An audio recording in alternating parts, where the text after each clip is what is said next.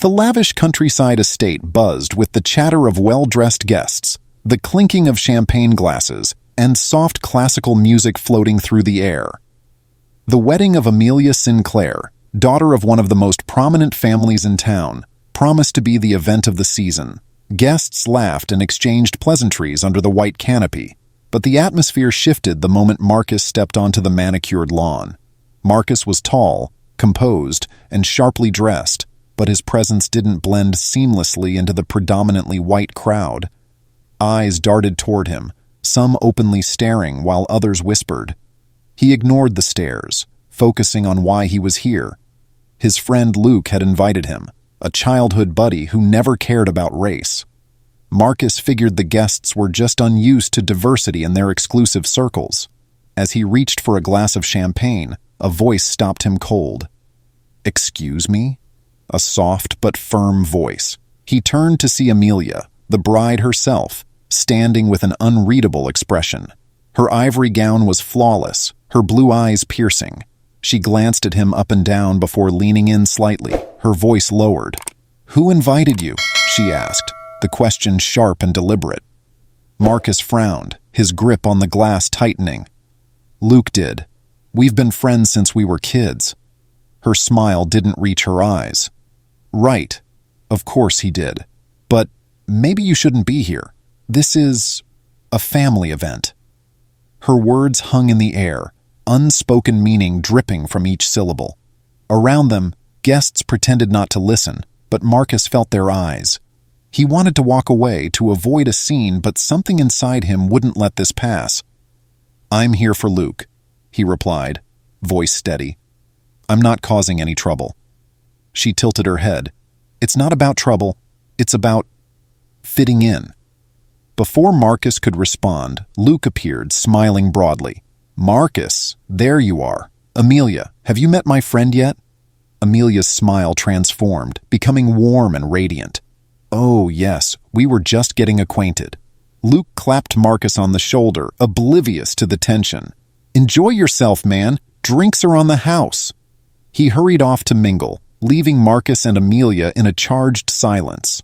As the evening wore on, Marcus wandered the grounds, feeling the weight of invisible walls closing in. Conversations paused when he passed, laughter dimmed. He found himself near the back of the estate, away from the main party, when a voice called out, "Marcus, right?" He turned to see an older man, Mr. Sinclair, Amelia's father, standing with a glass of bourbon. His face was flushed, and there was something predatory in his eyes. "You know," Sinclair began, swirling his drink, "this town has traditions. Families like ours. We built this place. We keep it proper." Marcus stayed silent.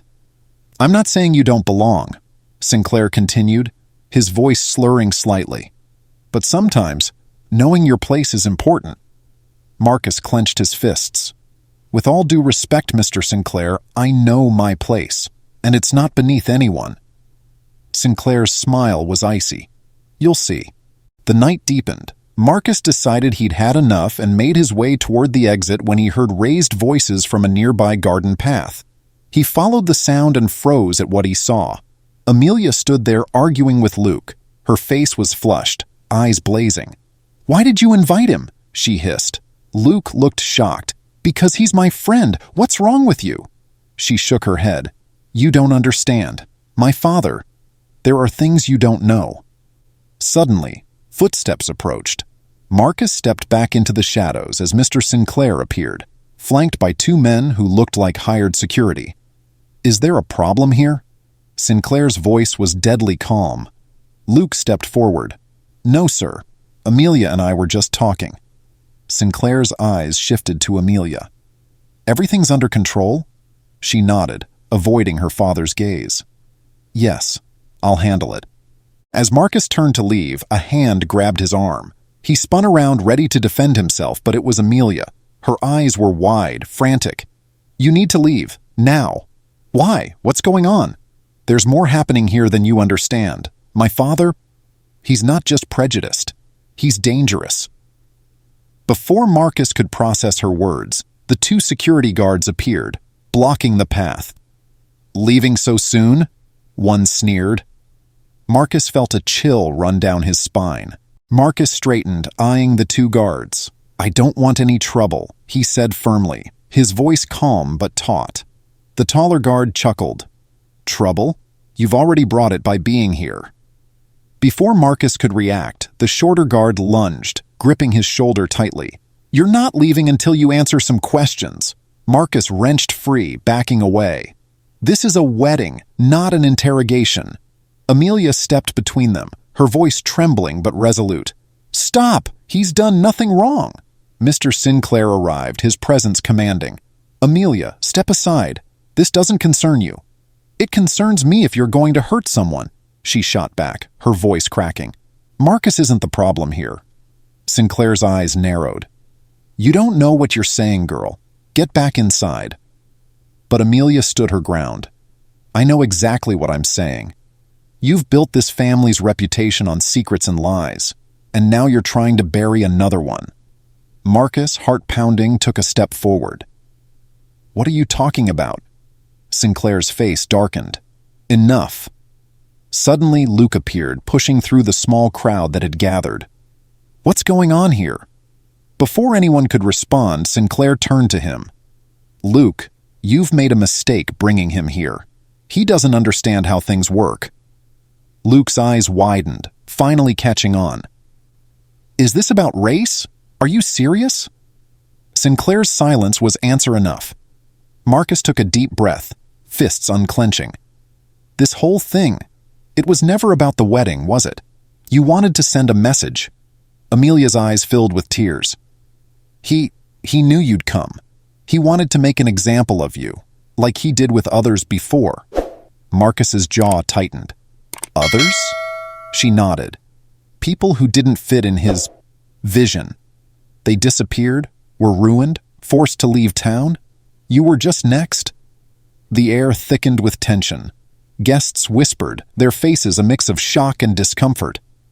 Luke turned to the crowd, his voice loud and clear. "This ends now, all of it. Marcus, you're not alone." The guards exchanged uncertain glances.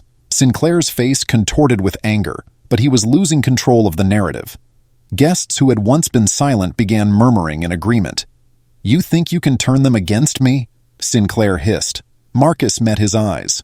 "Number you did that yourself." A woman stepped forward from the crowd. A relative, perhaps.